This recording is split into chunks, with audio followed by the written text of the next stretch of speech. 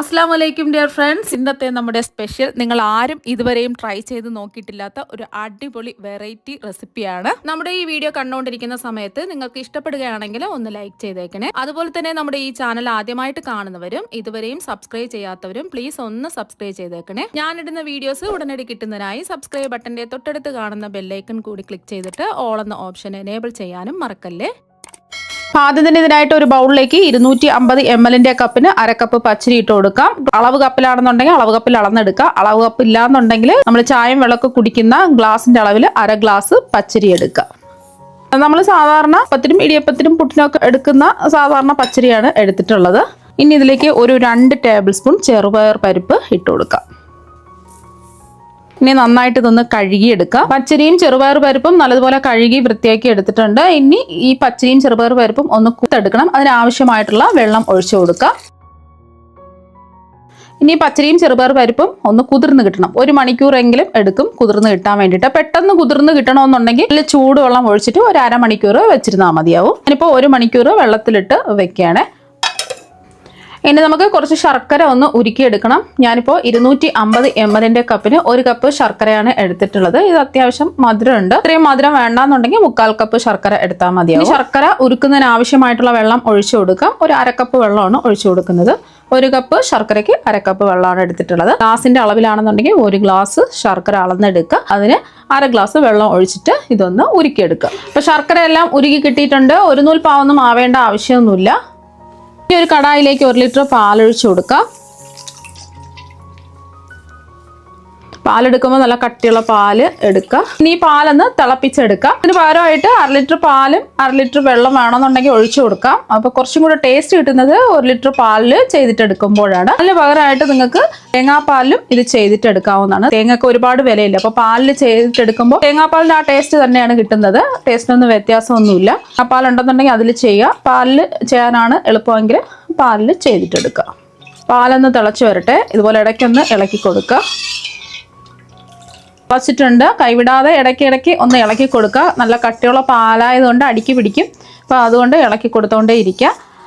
അപ്പോൾ പാല് തിളച്ചിട്ടുണ്ട്. ഇതിലേക്ക് നമ്മൾ കുതിർത്ത് വെച്ചിരിക്കുന്ന അരിയും ചെറുപയർ പരിപ്പും അതിൻ്റെ വെള്ളമൊക്കെ മാറ്റിയിട്ട് ഇതിലേക്ക് അങ്ങ് ഇട്ട് കൊടുക്കുക. വീണ്ടും നമുക്ക് ഈ അരിയും ചെറുപയർ പരിപ്പും ഒന്ന് ഇളക്കി കൊടുത്ത് വേവിച്ചിട്ട് എടുക്കാം. അത് നമ്മൾ ഇതുപോലെ ഇളക്കി കൊടുത്തുകൊണ്ടിരിക്കുക. കട്ടിയുള്ള പാലായതുകൊണ്ട് അടിക്ക് പിടിക്കും. അരിയും ചെറുപയർ പരിപ്പും ഒന്ന് വെന്ത് നല്ലതുപോലെ ഒന്ന് കുഴഞ്ഞ് കിട്ടണം. നിങ്ങൾക്ക് വേണമെന്നുണ്ടെങ്കിൽ 1-2 ഗ്ലാസ് വെള്ളവും കൂടെ ഒഴിച്ചു കൊടുക്കാം. ഞാനിപ്പോൾ വെള്ളമൊന്നും ഒഴിക്കുന്നില്ല. എത്രയാണോ നിങ്ങൾക്ക് കട്ടി വേണ്ടത് അതിനനുസരിച്ചിട്ട് ചെയ്തിട്ടെടുക്കാം.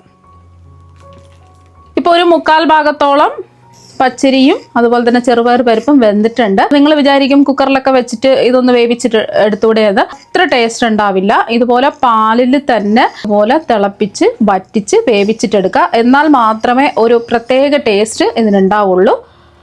തേങ്ങാപ്പാലിലാണെന്നുണ്ടെങ്കിലും ഇതുപോലെ തന്നെ നമ്മൾ വേവിച്ചിട്ട് വറ്റിച്ച് വേവിച്ചിട്ടെടുക്കുക.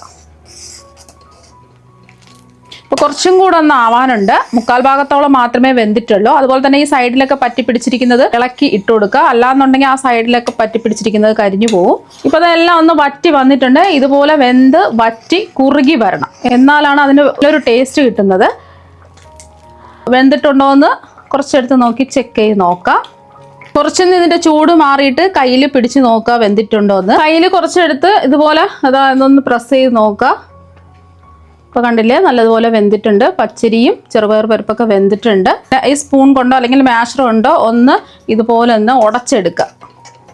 പച്ചരി വേവിച്ചെടുക്കാൻ കുറച്ച് സമയം എടുക്കും. പാല് വറ്റി വരികയാണെന്നുണ്ടെങ്കിൽ കുറച്ച് തിളപ്പിച്ച വെള്ളവും കൂടി ഒഴിച്ചു കൊടുത്താൽ മതിയാവും. ഇതുപോലെ വറ്റി വരണം. ഇതുപോലെ ഒന്ന് ഉടച്ചു കൊടുക്കുക. അപ്പോൾ നല്ലതുപോലെ ഒന്ന് ഉടച്ചെടുത്തിട്ടുണ്ട്. ചില പച്ചരിയൊക്കെ പെട്ടെന്ന് വെന്ത് കിട്ടും. അപ്പോൾ ഏത് പച്ചരി വേണമെങ്കിലും എടുക്കാം. റേഷൻ കടയിൽ നിന്നുള്ള പച്ചരിയോ കടയിൽ നിന്ന് വാങ്ങുന്ന പച്ചരിയോ ഏത് പച്ചരി വേണമെങ്കിലും എടുക്കാം. നല്ലോണം കുറുകി ഇതെല്ലാം ഒന്ന് ഉടച്ചെടുത്തിട്ടുണ്ട്.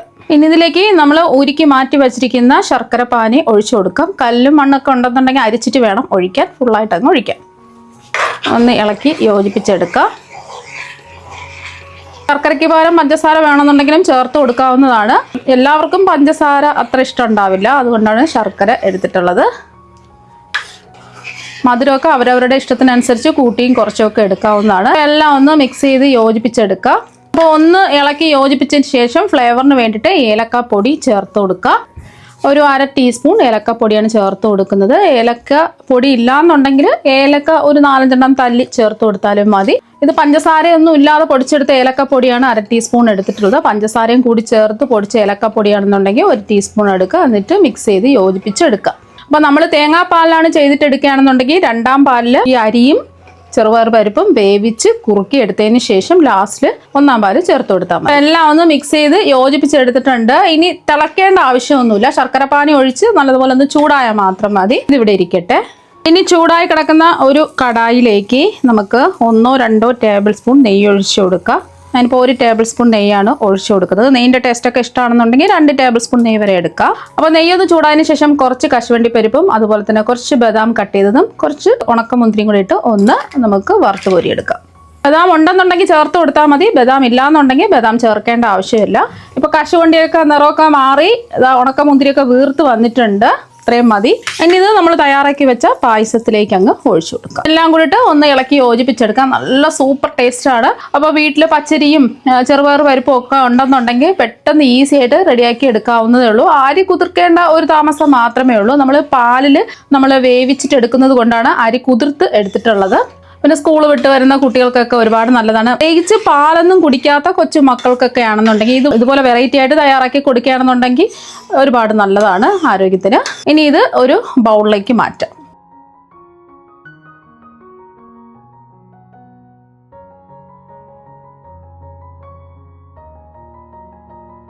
വളരെ രുചികരമായിട്ട് റെഡിയാക്കി എടുക്കാൻ പറ്റുന്ന പച്ചരിയും ചെറുപയർ പരിപ്പും വെച്ചിട്ടുള്ള പായസം ദാ ഇവിടെ റെഡി ആയിട്ടുണ്ട്. ഒരു പ്രാവശ്യം ഇതുപോലെ ഒന്ന് ട്രൈ ചെയ്ത് നോക്കുക. തീർച്ചയായും നിങ്ങൾക്ക് എല്ലാവർക്കും ഒരുപാട് ഇഷ്ടമാകും. അപ്പോൾ നമുക്ക് മറ്റൊരു വെറൈറ്റി വീഡിയോ ആയിട്ട് വീണ്ടും കാണാം. താങ്ക്